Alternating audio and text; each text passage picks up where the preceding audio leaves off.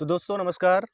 आज खास मुलाकात में जिस शख्सियत से हम आपको मिलाने जा रहे हैं, वह एक महाग्रंथ कृष्णचरित्र सागर के रचनाकार स्वामी किशनदास जी हैं। स्वामी जी, आपका बहुत-बहुत स्वागत है। धन्यवाद। स्वामी जी, एक प्रश्न ये आता है मन में कि आपका अध्यात्म की तरफ जो लगाव है, जो जुड़ाव है, वो कब और कैसे हुआ? देखिए, आध्यात्म की तरफ कब और कैसे? दरअसल कुछ ऐसी चीज़ें होती हैं जैसे एक हर चीज़ का समय होता है। जी, जैसे दोपहर का एक समय है, जी, शाम का भी एक समय है और प्रातः का भी एक समय है। जी, परंतु वो समय कैसे आ जाता है, जी, कौन ढकेल के ला देता है, इसे कोई नहीं जानता। ठीक उसी प्रकार से अब ये पूछ लिया जाए कि मछलियों का लगाव जल से कैसे हो गया? ये नेचर, ये प्रकृति, ये हर चीज़ को ऐसी व्यवस्थित किया है, जैसे एक आप वाहन से चलते हैं, वाहन में जिसने उसको निर्मित किया है, उसने हर चीज़ को ऐसे व्यवस्थित किया है कि सिर्फ़ आप चलते हैं। उसी तरह से इस पृथ्वी पर जिसने ये सारी व्यवस्था बनाई है, वो हर चीज़ को व्यवस्थित किया है और अध्यात्म हमारे हृदय में पहले से व्यवस्थित था, व्यवस्थित है, इसलिए व्यवस्थित दिख रहा है। और कुछ है नहीं, कुछ अलग से बनाया नहीं गया। अगर ना होता, तो कुछ भी होता, नहीं होता। है, तो हो गया। अब हमसे कोई कहे अपराध करिए, तो नहीं होगा। हमसे कोई कहे हुँ, कि आप ऐसी वस्तुओं का भक्षण करिए, हमसे नहीं हो पाएगा। क्यों? क्योंकि हमारे अंदर वो नहीं है। जिसके अंदर है, आप उसको करोड़ों बार मना करते रहिए, परंतु वह वही करेगा जो उसे पसंद है, जो उसके अंदर है। तो उसी तरह से शरीर के, मानव के विचारों में जो कुछ भी भरा गया है, वो उसी के अनुसार कार्यरत है। इसमें अध्यात्म कोई नई चीज़ नहीं है। यह तो सोचने, कहने, समझने की चीज़ें हैं। जी। स्वामी जी, ये जो ग्रंथ है, इसको लिखने का भाव कब और कैसे पैदा हुआ? पहली बार आपने कलम कब उठाई? देखिए 2005 की जन्माष्टमी के पहले जी, जैसे हम एक तप करते थे, तो वो लगता था कि हमारी आँखें चली जाएँगी, कम दिखने लगा था। फिर जी, हम एक बार एक गांगन नदी थी ऊंचा कानी मुरादाबाद में, जी, वहाँ जाके बैठा करते थे और बड़ा अच्छा लगता था। तो हम ही सोचते थे कि कहीं हमारी हमें दिखेगा नहीं, तो हम सोचते थे सूरदास जी आंखें ना थी फिर भी वो बहुत मतलब अच्छा भगवान का ध्यान कर ध्यान सकते कर थे। जी, जी, जी। तो ये सब सोचते नहीं थे। फिर धीरे धीरे हमारी आंखों में ऐसे रोशनियां आने लगी, बढ़ने लगी। फिर हमें ये लगा कि ये तो बहुत अच्छा हो रहा है।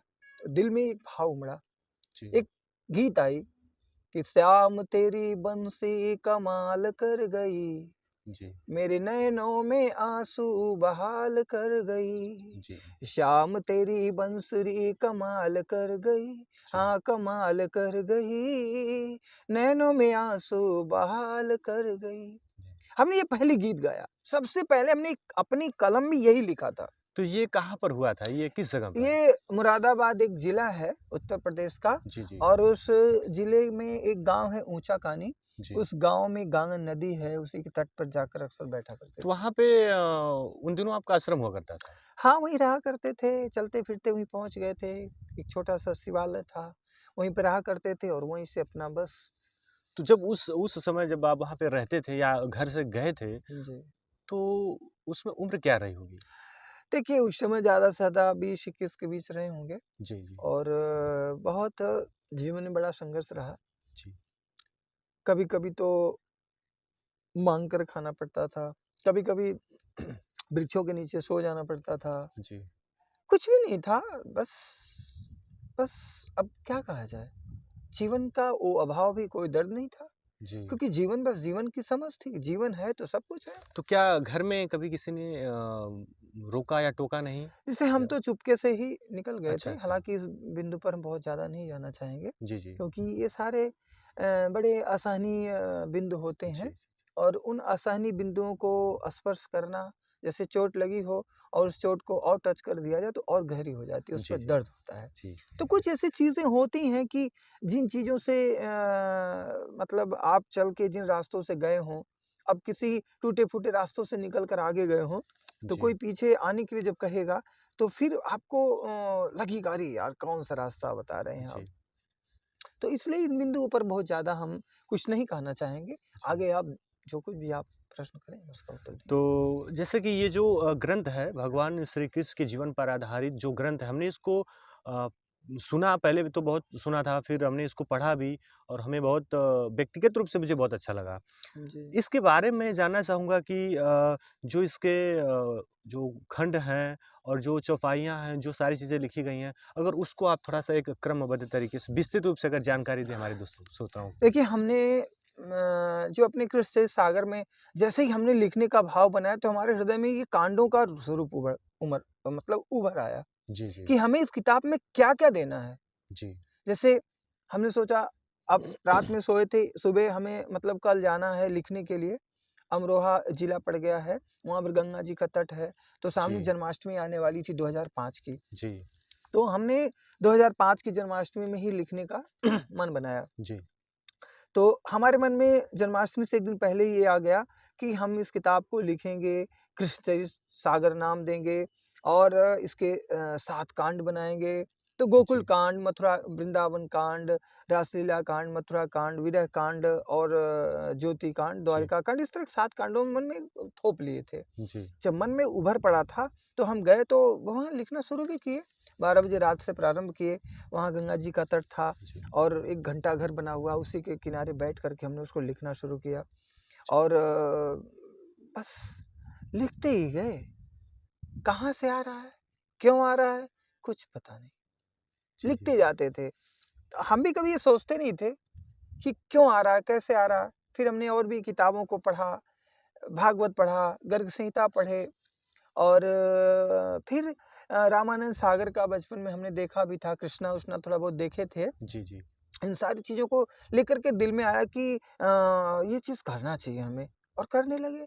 करते गए जी। कई वर्षों तक वहाँ करते रहे। किसी गाँव में जाते थे, किसी मंदिर पर जाते थे, कभी सूखी रोटी खा लेते थे, कभी कुछ भी खा लेते थे, बड़ा कभी संघर्षमय जीवन रहा। हाँ, कभी कुछ दिन भर कुछ नहीं मिलता था। जी, जी। बस ठीक है, जीते रहते थे, करते रहते थे। कभी कोई दुःख नहीं होता था कि हमें ये चीज़ का अभाव है, क्योंकि हमें इससे कोई शौक नहीं होता था। जी। जी। तो जैसे ये जो सातों कांड हैं, इन सातों कांडों के बारे में हम ये जानना चाहेंगे कि प्रत्येक कांड में भगवान के जीवन का कौन-सा पार्ट और हिस्सा है? देखिए, जैसे गोकुल कांड सर्वप्रथम कांड है। जी। गोकुल माने गोकुल में जब निवास करते थे श्री कृष्ण, जी। उस दौरान जो कुछ उन्होंने लीलाएँ किया, जी, जी, वह जी। कांड है। जैसे गोकुल कांड में जैसे कि जिनकर पूजा अग्र भई राजसूय के माही और तिन्ह श्री कृष्ण नमामि हिय जोरी दो करताहि। जी। जैसे वंदना सर्वप्रथम कृष्ण की लेते हैं जी। और उसके उपरांत आगे बढ़ते हुए महाराज कंस का पुनर्जन्म और फिर देवकी वासुदेव का विवाह, जी। उसके बाद कृष्ण की लीलाएं प्रारंभ होती हैं, अवतरण होता है और कृष्ण किस प्रकार से ब्रज के लोगों के साथ खेल करते हैं, कैसे उनके साथ जी। ब्रज में रह कर के उनके दधी माखन चुराया करते हैं और कैसे अपने सखाओं के साथ घूमा करते हैं और उनके साथ दधी माखन दूसरों के घरों में जाकर खा लिया करते हैं। और जी। कृष्ण की जो मतलब बचपन की जो जितने भी माधुर्य लीलाएँ थी, जितनी भी रस भरी लीलाएँ थी, एक अबोध बालक जिस प्रकार से अपने को अपने लोगों में या अपने चाहने वालों के प्रति जो भी आकर्षण दे सकता है, जी। वो संपूर्ण भाव जी। कृष्ण का गोकुल कांड में हमने उपस्थित किया है। जी। जैसे एक शब्द हमने दिया कि भगतन के कारण हरि आए और तिन्ह कारण निज चोर कहाए। श्री कृष्ण को हमने ये प्रदर्शित करना चाहा कि श्री कृष्ण जो कुछ भी किए हैं, जी। जैसे जो व्यक्ति कोई संपन्न व्यक्ति हो जी। और वो किसी को भोजन परसता हो, जी। तो वो उसकी सहजता है, जी। सहजता ही है। जी। जैसे कोई बहुत कोई बड़े ही धनवान व्यक्ति हों और किसी गरीब के दरवाजे पर किसी शादी विवाह में पहुँच जाते हैं, कम समय देते हैं, परंतु उनकी महत्ता बहुत बढ़ जाती है। लोग कहते हैं, अरे! फला आए थे, फला आए थे। क्यों? जी। क्योंकि उसके लेवल का वहाँ कोई नहीं आया, इसीलिए। और जहाँ उसी लेवल के लोग जाते हैं, वहाँ क्या महत्व है? कोई जी। महत्व नहीं है। तो कृष्ण का जो लेवल था, वहाँ अलग ही था, परंतु रहते ऐसे थे, मानो कि वो संपूर्ण लोगों के बीच में संपूर्ण लोगों के ही समान है। जी। तो वो जो भी प्रेम स्नेह लोगों को दिया करते थे या जो लोगों से लिया करते थे, वो एकदम सहज भाव के थे। तो गोकुल कांड में हमने यह उपस्थित किया है। इसके बाद आता है वृंदावन कांड। गोकुल में व्यथित होकर कंस के भय से जी। सारे ग्वाल सखा कृष्ण के साथ ब्रज की नारियां, ब्रज के बड़े बूढ़े लोग निकलकर वृंदावन को चले आते हैं। वृंदा माने जहां तुलसी का वन हो, जी। जहां तुलसी ही तुलसी हो।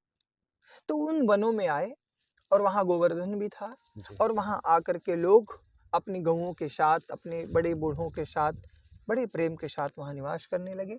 इस प्रकार से गोकुल कांड और वृंदावन कांड आया। जी।